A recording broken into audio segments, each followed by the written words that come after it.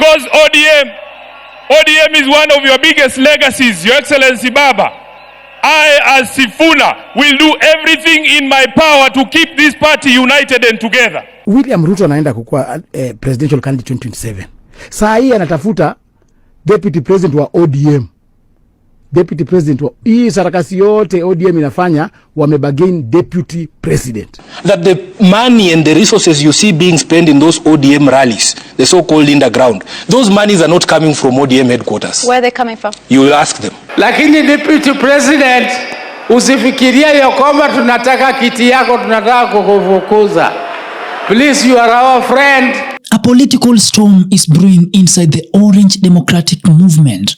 And at the center, it is Cleophas Malala, President William Ruto, and a growing suspicion that ODM is under silent infiltration. Speaking amid rising tension, ODM Secretary General Edwin Sifuna dropped explosive claims, aligning that President Ruto's real interest is not unity, but to weaken and split ODM from within. My position will never change on the broad-based government, because the explanation that was given for why we got ourselves into this arrangement has never changed. Even by the time of his untimely death, Baba had never changed the reasons or the arguments for us getting into that arrangement. And I explained them last year when we were here. It was for the sustenance of the democratic state, for us to get an opportunity to democratically remove them, because we did not want to create a precedent where people can go to an election and midway you remove them by means other than democratic means. So my position on that has not changed. And people have given me a lot of grief about it. But if we just go back, to the reasons why we got ourselves into this, we can actually retrace our steps. I hear people on podium saying, oh, we sat and we negotiated and this is what we agreed upon. This was a process that was forced. It was out of duress, out of the desire for us to stabilize a country that was quickly running out of options. And many people forget that in fact the architecture of this so-called broad-based government is not what we initially intended. Cleophas Malala revealed that ODM leaders are being pushed to sign a cooperation agreement with the government, not out of trust, but out of pressure. According to him, ODM is demanding big seats inside Ruto's government, a clear signal that the talks are transactional, not ideological. He openly stated that ODM does not trust Ruto, which is why the party is hesitant to commit. William Ruto anaenda kukua presidential candidate 2027. Saa hii anatafuta deputy president wa ODM. Deputy president wa hii sarakasi yote ODM inafanya wamebagain deputy president. Musalia Mudavadi yako kwa ODM? Hapana, inamaanisha hatapewa deputy. Wetangula ako kwa ODM? Hapana, ako bado kwa Ford Kenya. Sasa Ruto ataachiaje Wetangula 2032 na hata kuwa deputy ya Ruto? Sasa hii kiti ya deputy imeenda kwa ODM. ODM wameambia Ruto, kwa sababu wewe ni mkora, tusaini hii kitu saa hii, kwa sababu kule mbele unaweza tutuka. Na Ruto anaogopa kwa sababu akisign saa hii Kindiki atakimbia. Sasa mlima itakuwa imeenda. Na Ruto anaogopa kwamba akisign saa hii Waluya watakasirika.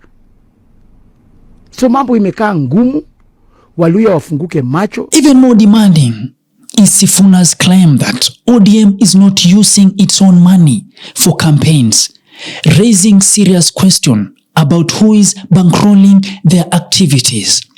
The implication is explosive that Ruto-linked forces may be funding ODM operations, effectively holding the party hostage financially while engineering internal chaos. Even this question of funding of political parties, I can state authoritatively here that the money and the resources you see being spent in those ODM rallies, the so-called underground, those monies are not coming from ODM headquarters. Where are they coming from? You will ask them.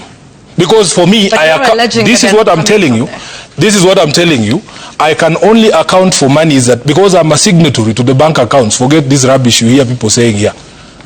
Timothy Bosiro, the treasurer, is a signatory to the bank accounts. The last money we expended as ODM officially was for the celebrations in Mombasa, and it was a fraction of what we saw there. So I am telling you, I know for a fact there is parallel funding for activities clothed in ODM colors, and they go around running around saying they are ODM delegates. That chaos is now visible.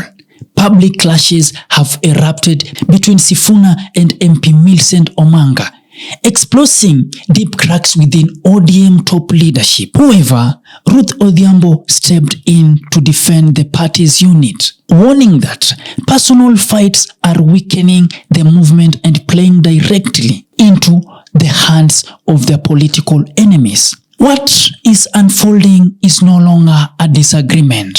It is an internal war, a battle over control, loyalty, money, and the future of ODM itself. Because ODM is one of your biggest legacies, Your Excellency Baba. I, as Sifuna, will do everything in my power to keep this party united and together. Even in the face of open provocation, Baba, you know what I am talking about. You know why I'm saying that. So, mimi nataka niseme ya kwamba vile Reverend Wesonga ametuambia hapa, Baba alikuwa anasikiza wananchi. Na mimi nataka kuencourage wanachama wa ODM. Sisi viongozi sasa tunyamaze kidogo, tusikie nyinyi mnasema nini. Nyinyi mtuambie mnataka tufanye nini na chama cha Baba Raila Amolo Odinga.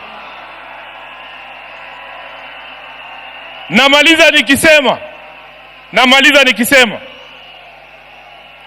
Baba Raila Amolo Odinga alizungumza wazi mbele ya nchi nzima tarehe 22 mwezi uliopita mbele ya hawa wabunge katika hoteli ya Agile pale Nairobi.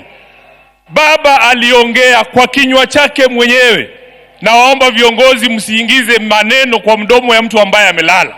Alisema yeye mwenyewe, akasema kama chama lazima tujiandae kwa ajili ya uchaguzi wa mwaka 2027.